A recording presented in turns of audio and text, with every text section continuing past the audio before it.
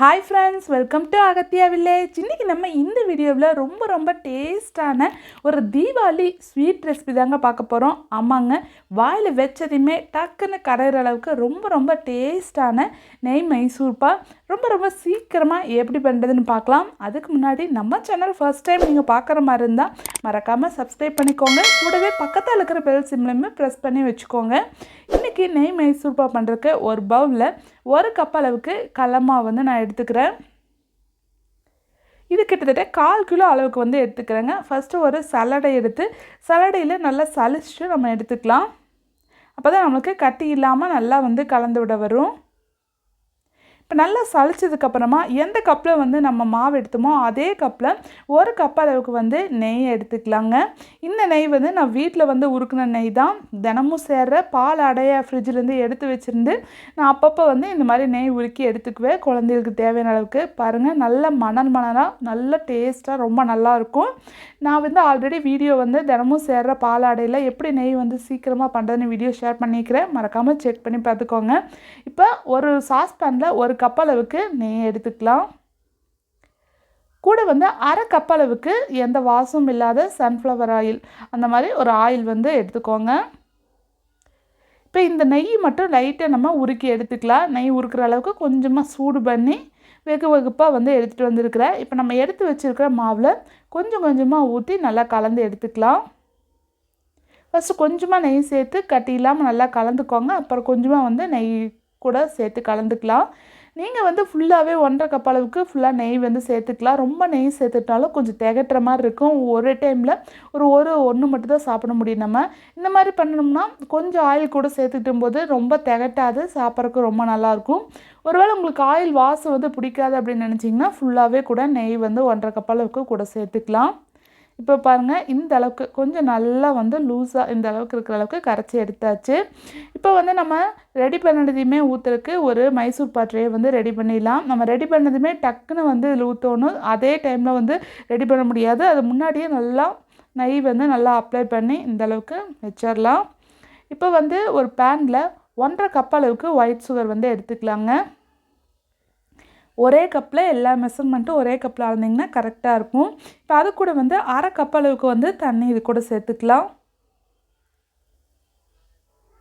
சேர்த்துட்டு கலந்து விட்டுக்கலாம். இப்போ வந்து ஃபஸ்ட்டு வந்து தண்ணி சேர்த்துட்டு அதுக்கப்புறமா ஸ்டவ் ஆன் பண்ணுங்கள். இல்லைன்னா வந்து சுகர் வந்து கேரமல் ஆகி கொஞ்சம் வந்து கலர் கொஞ்சம் சேஞ்ச் ஆயிரும்.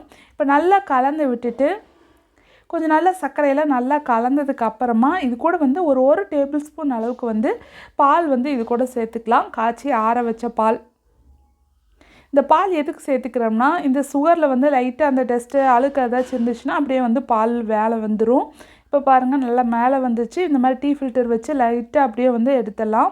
இப்போ வந்து கேஸை லோ ஃப்ளேமில் வச்சுக்கோங்க. லோ ஃப்ளேமில் வச்சுட்டு இந்த மாதிரி மேலே கதெல்லாம் எடுத்துருங்க.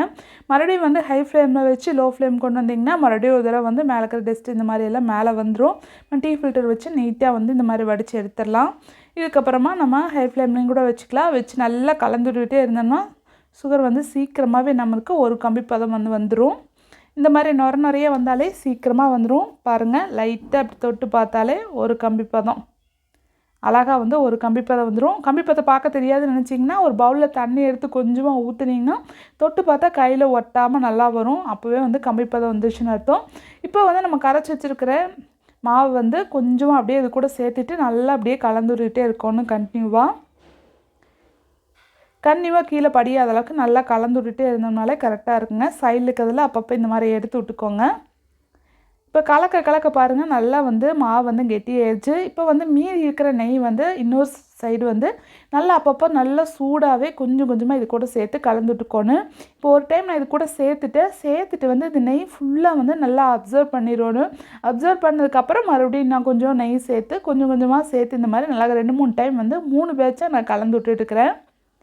நம்ம மைசூர் பாக் எடுத்தோம்னா 2 டைப் ஆஃப் மைசூர் பாக் இருக்குங்க. ஃபஸ்ட் டைப் ஆஃப் மைசூர் பாக்னு பார்த்தீங்கன்னா நெய்யில் கரைச்சி வைக்கிறதுல நம்ம பாகுபாதம் கட்டுறதுமே டைரெக்டாக வந்து கடல மாவு வந்து அந்த சர்க்கரை பாகுலேயே சேர்த்து அப்படியே கலந்துடுவாங்க. கலந்து விட்டுட்டு டக்குன்னு அப்போவே எடுத்து பேனில் ஊற்றிட்டு அப்போவே வந்து நம்ம கட் பண்ணி எடுத்துட்டோன்னா அது வந்து நார்மல் மைசூர் பாக்னு சொல்லுவாங்க. இது வந்து நெய் மைசூர் பாக்னால நம்ம கலந்து ட்ரேயில் சேர்த்துட்டு ஒரு 2 ஹவர்ஸ் வந்து நல்லா ஆற விட்டுட்டு அதுக்கப்புறம் வந்து கட் பண்ணோம்னா கரெக்டாக இருக்கும். இப்போ பாருங்கள் நல்லா வந்து நெய் ஃபுல்லாக நல்லா அப்சர்வ் ஆகிடுச்சு. கடைசியாக அந்த பேட்சும் நான் கூட நெய் வந்து ஊற்றிட்டேன்.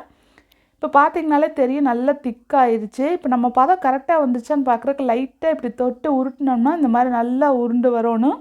சூடாக இருக்கும், பார்த்து செக் பண்ணி பாருங்கள். லைட்டாக தொட்டு எடுத்தனாலே நல்லா உருண்டு வருது. இப்போ டக்குன்னு வந்து ஆஃப் பண்ணினதையுமே உடனே வந்து நம்ம ட்ரேக்கு வந்து மாட்டிடணும். நீங்கள் கம்மியான அளவு எடுத்துட்டிங்கன்னா ட்ரேக்கு வந்து சின்ன அளவாக கொஞ்சம் எடுத்துக்கோங்க. இல்லைன்னா கொஞ்சம் வந்து இந்த மாதிரி சைடில் கொஞ்சம் போயிடும். நம்மளுக்கு கொஞ்சம் திக்காக வந்து மைசூர் பாக் கிடைக்காது. அதனால் கொஞ்சம் சின்ன ட்ரேவாக வந்து எடுத்துக்கோங்க கம்மியான அளவு எடுத்துக்கிட்டிங்கன்னா. இப்போ பாருங்கள் நல்லா வந்து தள்ளி விட்டாச்சு. ஒரு லைட்டாக வந்து ஸ்பூனில் எண்ணெய் தடவிட்டு இந்த மாதிரி லெவல் வந்து ஒரே மாதிரி பண்ணி விட்டுறலாம்.